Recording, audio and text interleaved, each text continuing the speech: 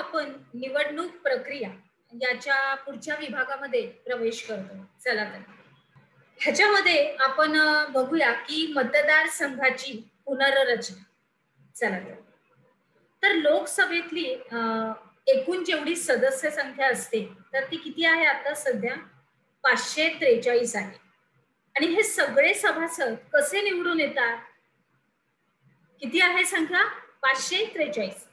मग एवढे सभासद हे निवडून कसे येतात? आणि प्रत्येक सभासद हा एका मतदारसंघाचा प्रतिनिधित्व करत असतो. मग म्हणजेच लोकसभा 543 मतदारसंघ आहेत. तर हे मतदारसंघ निर्माण करण्याचं काम निवडणूक आयोगाच्या परिसीमन समितीचं म्हणजेच आपल्या डेलिमिनेशन कमिशन या समितीचं असतं. मग कोणत्याही दबावाखाली न येता ही यंत्रणा तटस्थपणे मतदारसंघाची पुनर्रचना करते. बघा आपण बघतोय की विद्यार्थी मित्र हो की किती कणखरपणा आणि तटस्थपणा आहे ह्याच्यामध्ये, की कोणते प्रतिनिधी आपलं संपूर्णपणे आपल्या देशाचा कारभार चालवणार ह्याच्यासाठी कोणताही भेदभाव नाहीये, कोणताही धोरण दुसरं असं नाहीये, तर भेदभाव नाहीये, काहीच नाही, तर अतिशय तटस्थपणे ही भूमिका आहे की हा व्यक्ती ह्या कामासाठी अगदी योग्य असा आहे आणि त्यालाच आपण निवडायचं. आणि म्हणूनच आपण विकासाच्या दृष्टीने किती पुढे पुढे गेलेलो आहोत. त्याच्यानंतर एक छोटीशा फित्यामध्ये मतदान करणं हे आपलं कर्तव्य आहे आणि जबाबदारी सुद्धा, हे जाणून घेतो. पुढे आपण बघतोय की काही चित्रफिती आहेत की निवडणूक आयोगानं आपले तुम्ही विद्यार्थी मित्र काही चर्चा करताय की कसं काय असतं की मग निवडणूक आयोग श्रेष्ठ की सरकार, आणि निवडणूक आयोगाने जाहीर केलेल्या आचारसंहितेचं सरकारला काय करावं लागतं, पालन करावं लागतं का, असं. आणि इथं एक दोन छोट्याशा फिती आहेत, तर हे लक्षात ठेवा. मी तुमच्यासाठी बघते की हिमाचल प्रदेश या राज्यातील एक खास असं भारताचे हे शरण नेमी नावाचे एक गृहस्थ आहेत. भारताचे पहिले मतदान झाले 25 ऑक्टोबर 1951 मध्ये. किती साली झाले? 1951 मध्ये. जे भारताची जी निवडणूक झाली तिथं ज्या काही निवडणुका घेण्यात आल्या होत्या त्या घेण्यात आलेल्या लोकसभा निवडणुकीच्या त्यांनी आपला मतदानाचा हक्क हा बजावला. बरोबर.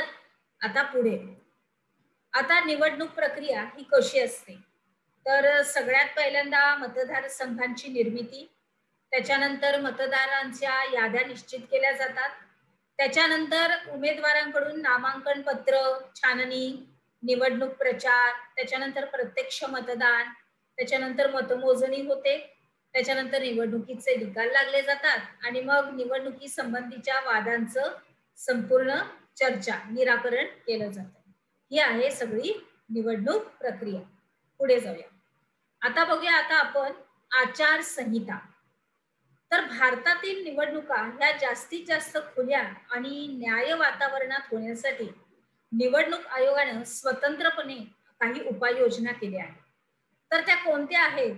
तर त्या आचारसंहितेच्या मध्ये त्यांचा समावेश केला जातो की निवडणुका जेव्हा येतात त्यावेळी आचारसंहिता ही लागू करण्यात येते. बरोबर. त्याच्यामध्ये काय आहे, तर गेल्या काही काळापासून निवडणूक आयोगानं आपले हे सर्व अधिकार वापरून निवडणुकीतील गैरप्रकार जे होतात त्यांना आळा घालण्याचा हा प्रयत्न केलेला आहे.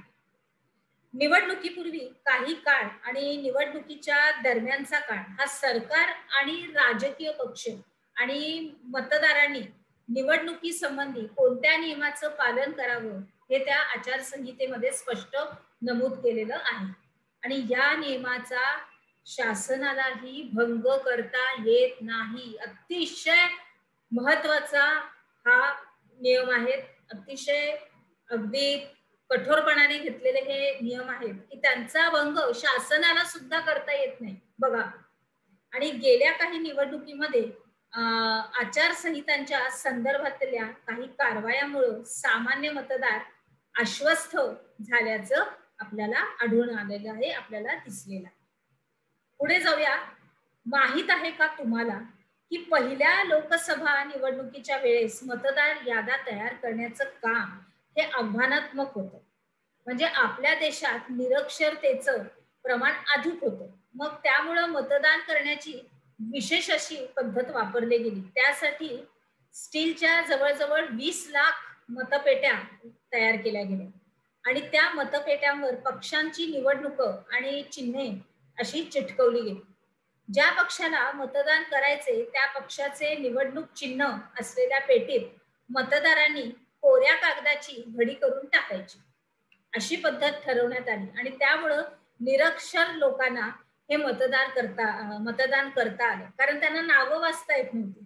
मग कुठल्या चिन्हापुढे आपण ठसा उमटवायचा हे त्यांना कळत नव्हतं, म्हणून अशी पद्धत वापरली.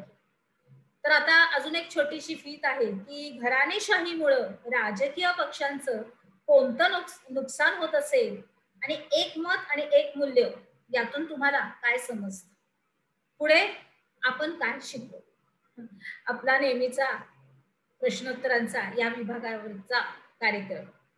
मतदारसंघाची पुनर्रचना ही कशी केली जाते आणि संक्षिप्त असं उत्तर लिहायचंय आचारसंहितावर. चला तर मग पुढे आपल्या विभागात आपण जातोय.